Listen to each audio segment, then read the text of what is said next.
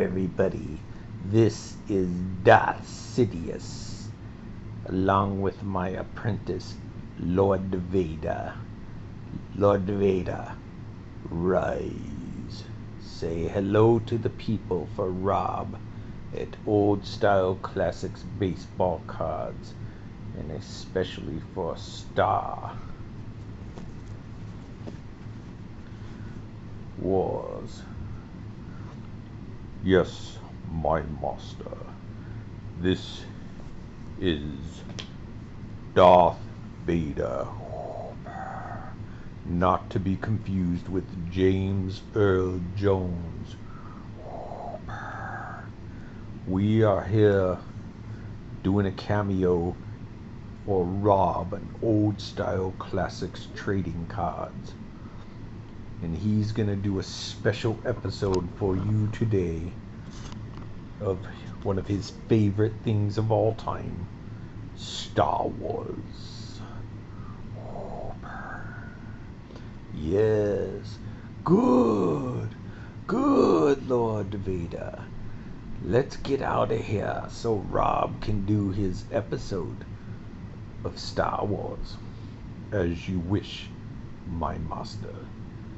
Rob, take over. Do it!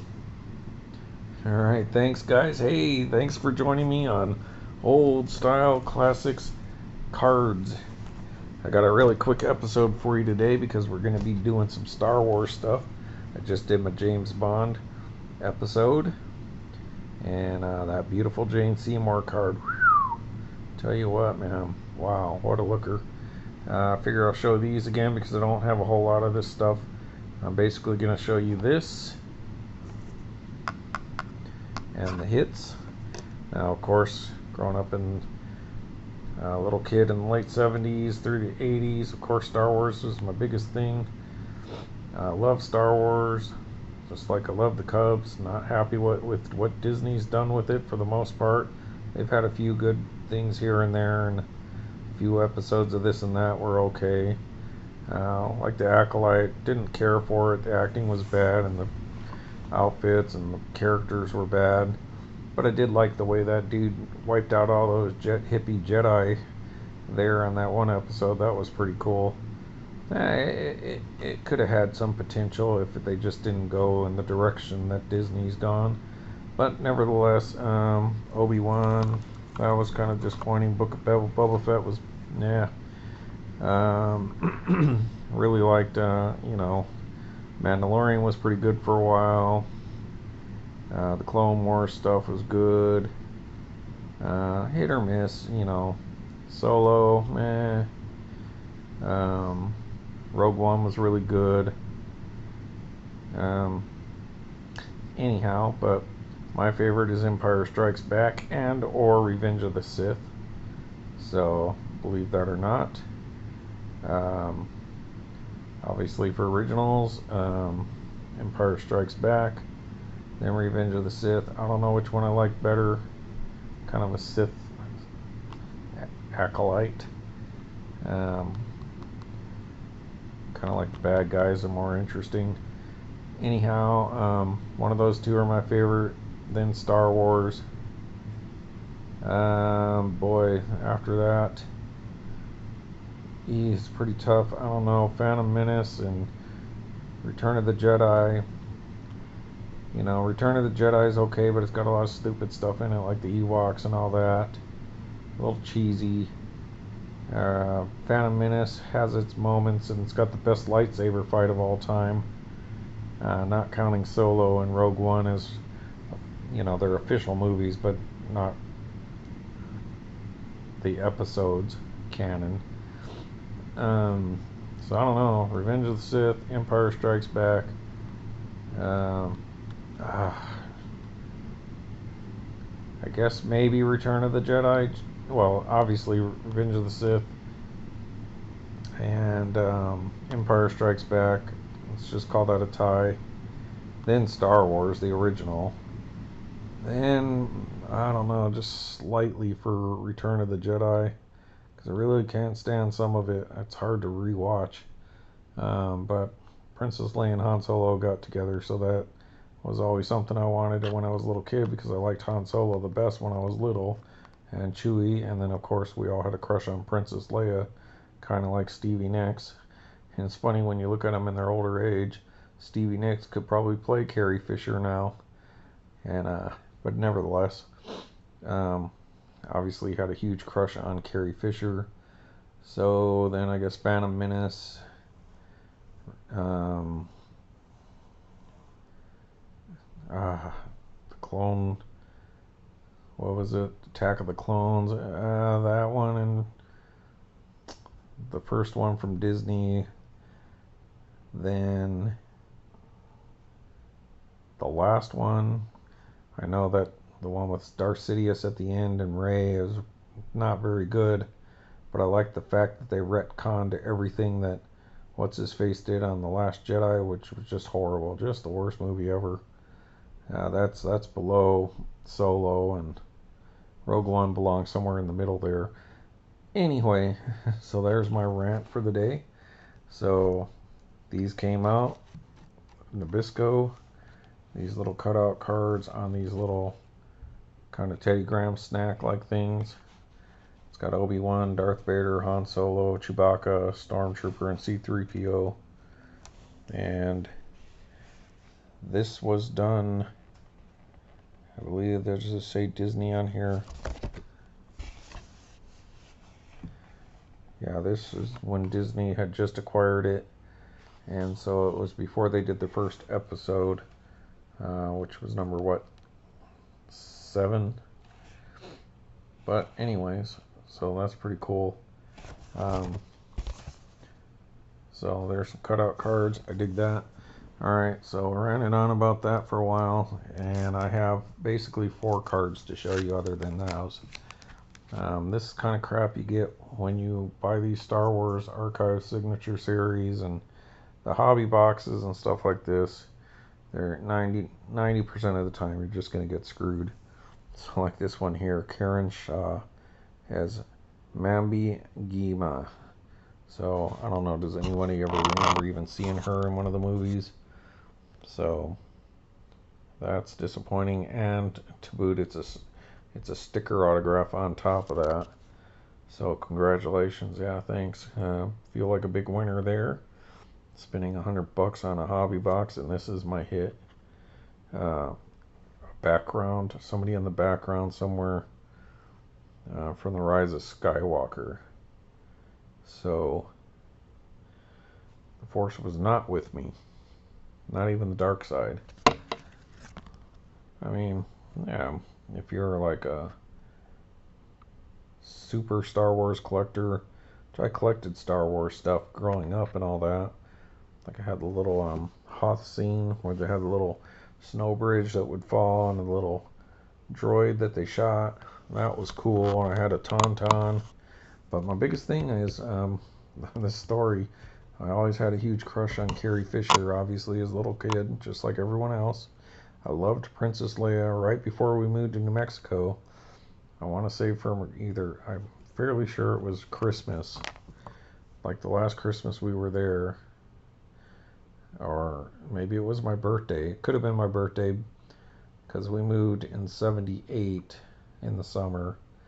So I don't know if the figures were out by the summer of 77 yet or not, but nevertheless, I got a Princess Leia original figure for one of those holidays, my birthday or Christmas. And I loved that little Princess Leia figure because I had a crush on her even as like a little 6-year-old. And my cousins came over, we had like a birthday party, and then I never seen it again. We moved to New Mexico. Either one of my cousins took it, or I left it, or lost it somewhere. Maybe one of my brothers did something to it. I don't know, but when we moved to New Mexico, we used to have a toy box, this old chest. We kept all these toys in like Star Wars cards, and Battlestar Galactica, and Argonauts, or what were they called? The little robot things. We just had all this junk in this thing, and I would go through that like twice a year, digging through that thing, throwing everything out of it, looking for that Princess Leia figure. I never could find it. Now, of course, I had Han Solo as well. I still have him. and Chewbacca. So I had other figures, but I was never able to replace that Princess Leia figure, and I still never have gotten an original. I'm gonna have to buy me a loose figure. That's like, boy, it's like one of those things that happen in your childhood that just sticks with you. Like, I just wish I knew what happened to that Princess Leia figure, because I always had a crush on Carrie Fisher. Rest in peace. So it would have been nice to get her autograph. This was from the Clearly Authentic, or the Acetate Star Wars. Another disappointment. No offense to these people, but does anybody remember Zoreen Dallas as Lieutenant Zal Deans? Rebel pilot, Red 8. So Zoreen Dallas on one of these acetate cards that you can kind of see through there. Yeah, that at least is on card. I mean, they're cool cards, but I've never seen her in the movie. And even if I had, I'm going to go back and look just for this, so that's disappointing. No offense, Irene, but growing up as a Star Wars fan, you Star Wars guys know what I'm talking about. Yeah, it's not what you want to pull. Alright, this one was kind of cool. It's okay. Showed it before. It's numbered to 40, 34, 40. That's Plo Koon, whoever plays Plo Koon. Jedi Temple Archives. So that is the Topps Archives Signature Series Star Wars version. So at least it's numbered, and that's a Jedi Master who got it in the end at Order 66. He's the one shot down when he was flying. Throws his little hands up, and his big old foam thumb comes up in his face. Or I think that's who this was. Yeah, he's not one of the ones that got killed by Sidious, is it? With the lightsaber? I don't think so. Nevertheless, let's see what it says here. Plo Koon, Jedi Master Plo Koon, a Keldor male from the planet Dorian, blah blah blah. Padawan, blah blah. He was tragically slain after initiation of Order 66. Yeah, he was in the Starfighter. Okay, so it doesn't say who signed this, but it's obviously the actor signing his name, not Plo Koon, so it's not the character. So, I don't know if it says it anywhere in there.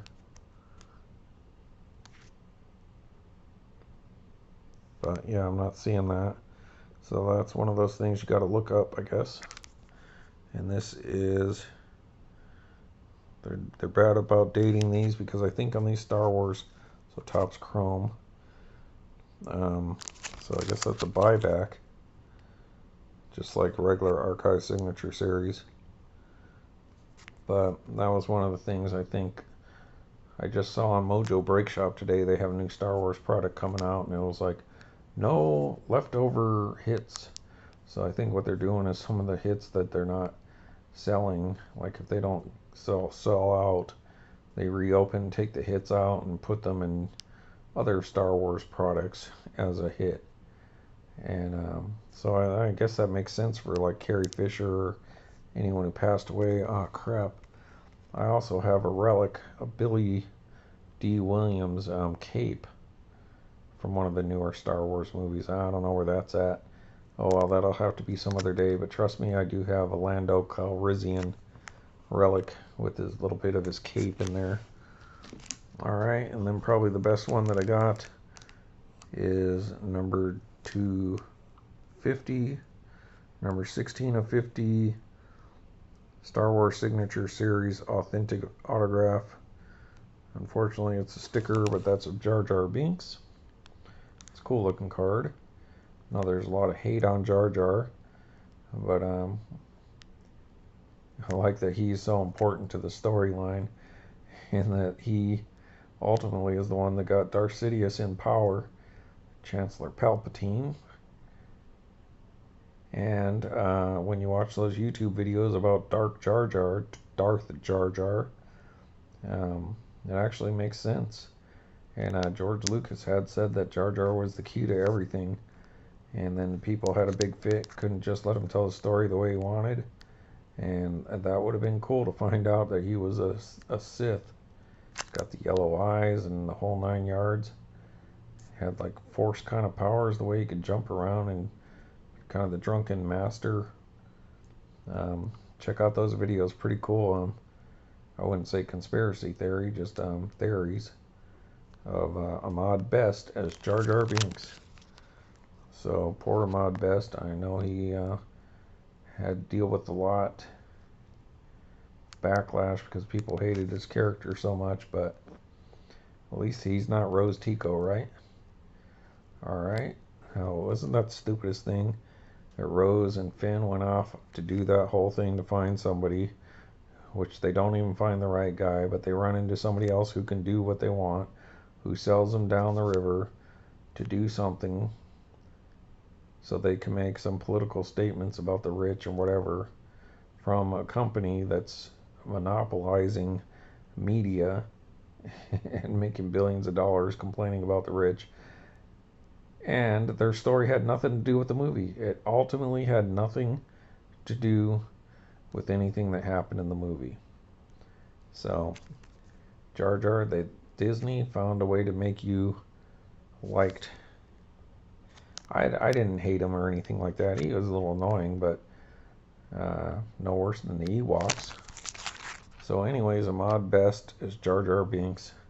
So that's pretty cool. If I could choose any that I would want, number one would be Ian McDiarmid as Darth Sidious, and Carrie Fisher. I guess Harrison Ford, because he was my favorite character as a kid. And James Earl Jones, of course, Darth Vader. McGregor would be pretty cool. Maybe Hayden Christensen. Who else is there? Yeah, I mean, there's a lot of that would be cool. Christopher Lee or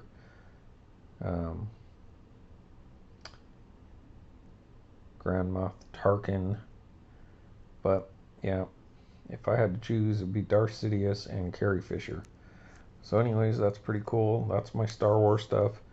As you can see, because of this stuff here, I basically was like, yeah, I'm not buying this stuff anymore. And I think this was the last one I pulled, and I was like, well, at least somewhat of a redemption for a character that has a small redemption story, thanks to Disney. Alright, everybody, sorry about me ranting on that. I love Star Wars.